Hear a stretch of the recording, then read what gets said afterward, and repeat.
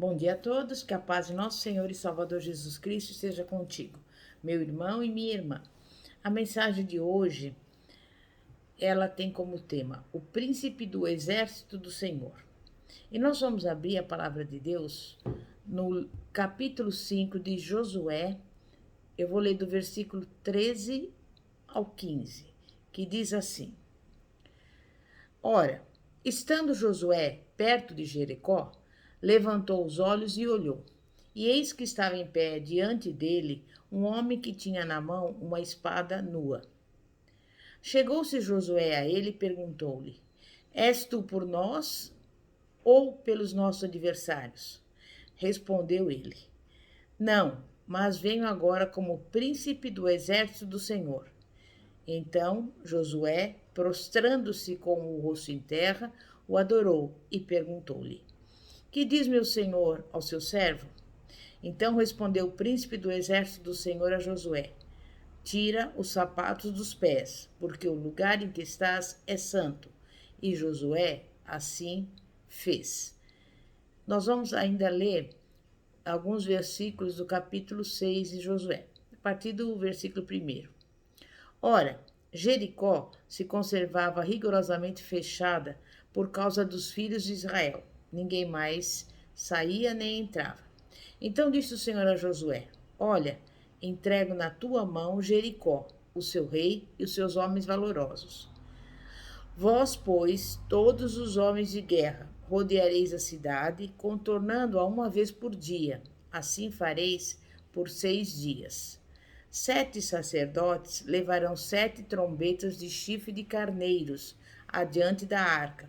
E no 7º dia rodeareis a cidade 7 vezes, e os sacerdotes tocarão as trombetas.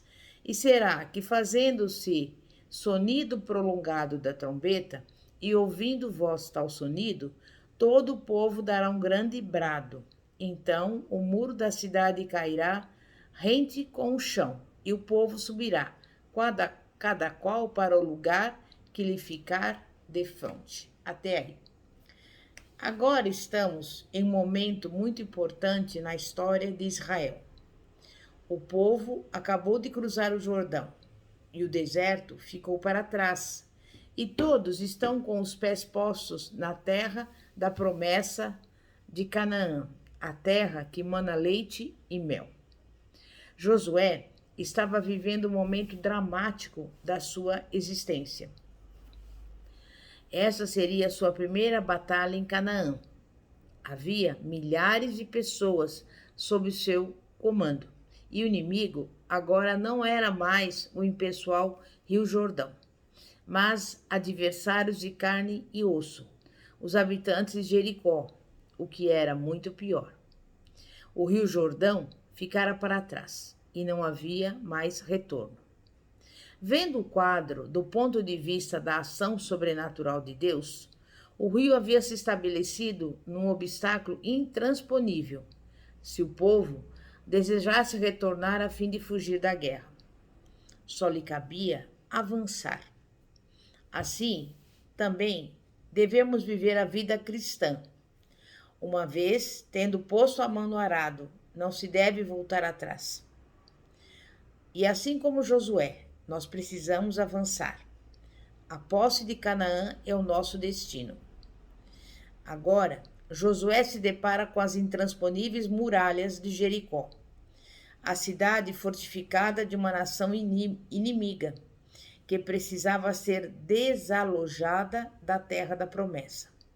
E foi nesse contexto de luta e dificuldade que Deus se revelou a Josué, trazendo encorajamento ao seu coração, preparando-o assim para o conflito.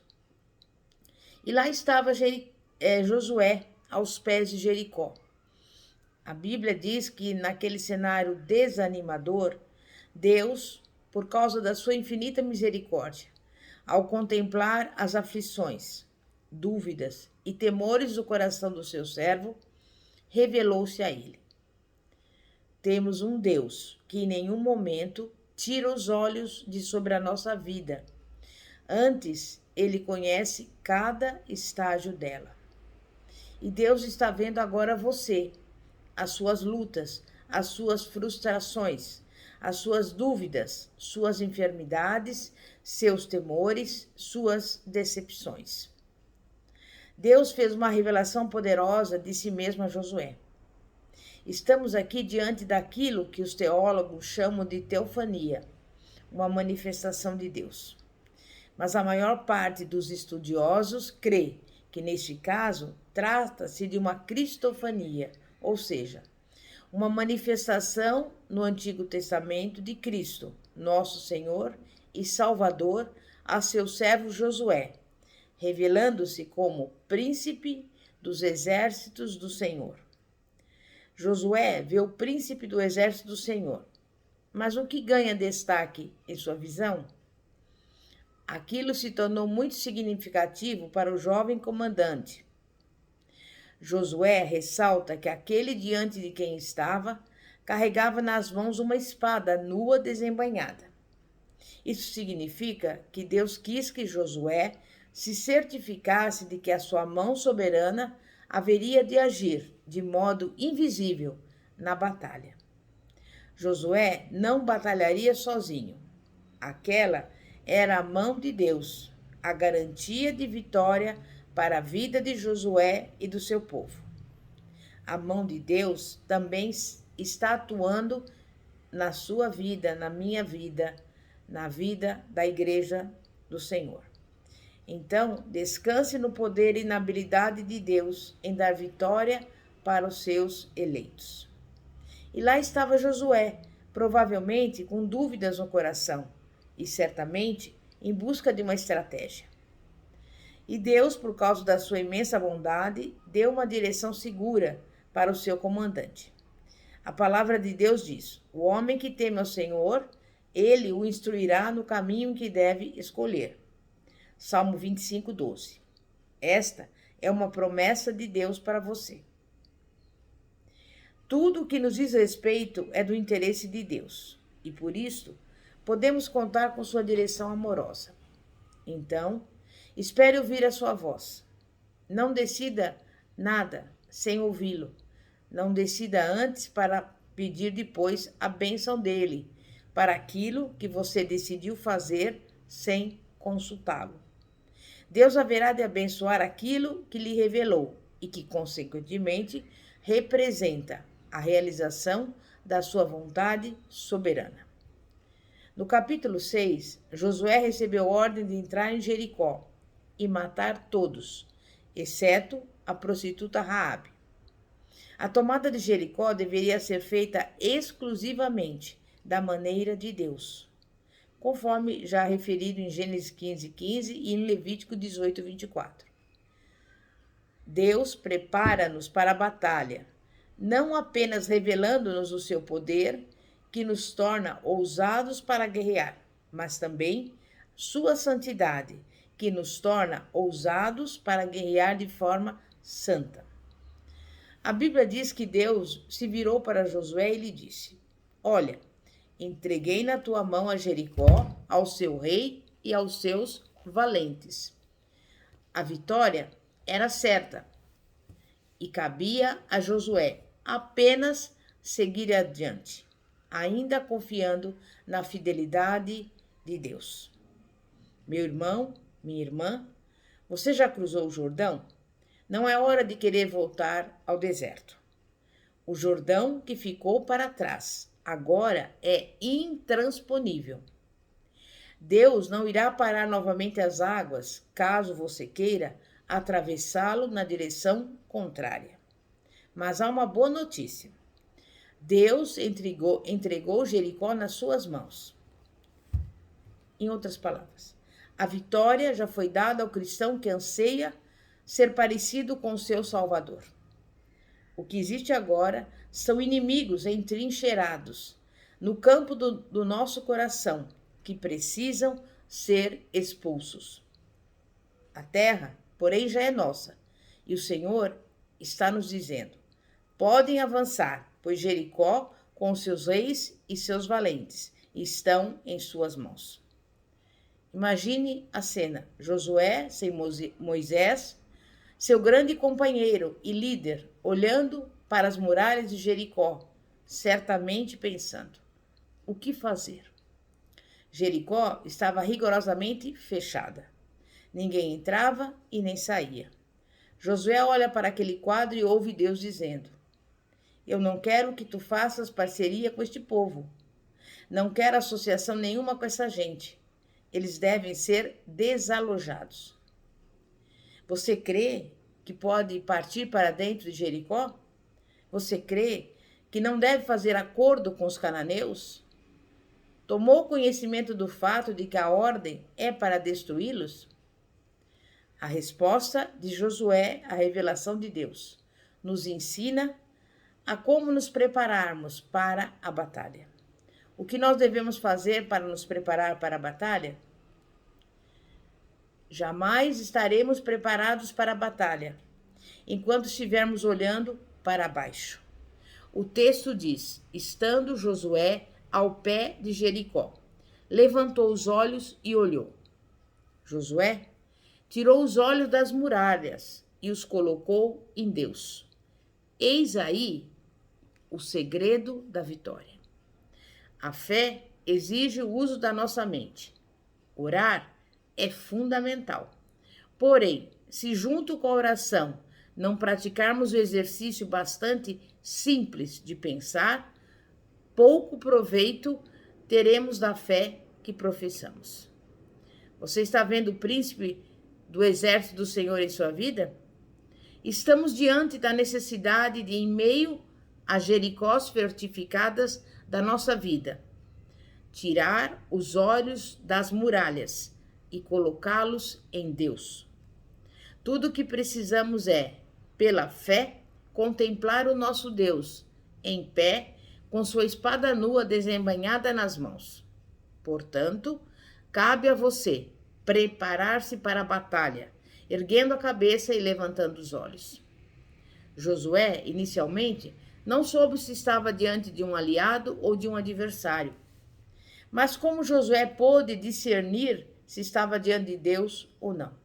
Foi mediante o diálogo que Josué descobriu que estava diante de Deus.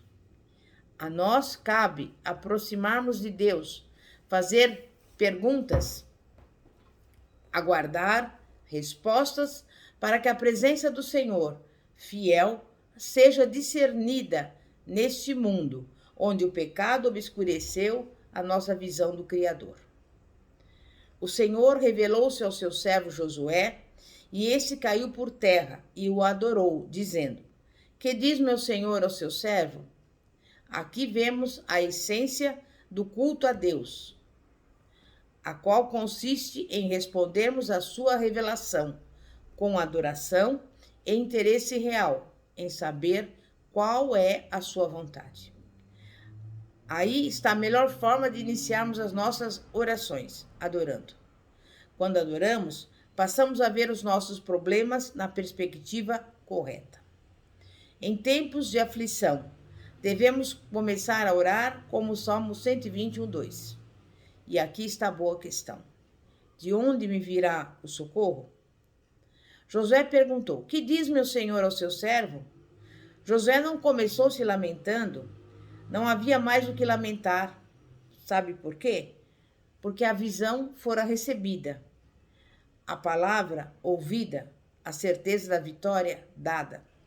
Não era mais hora para falar de problemas, mas, na verdade, de saber qual era a vontade de Deus. O cristão verdadeiro é alguém que já se certificou da presença santa do Deus, que porta uma espada nua desembainhada e que, por isso, está mais preocupado em saber qual a vontade de Deus para a sua vida do que qual o tamanho da muralha que terá que enfrentar. Aí está o segredo da vida abençoada, próspera, ungida e rica.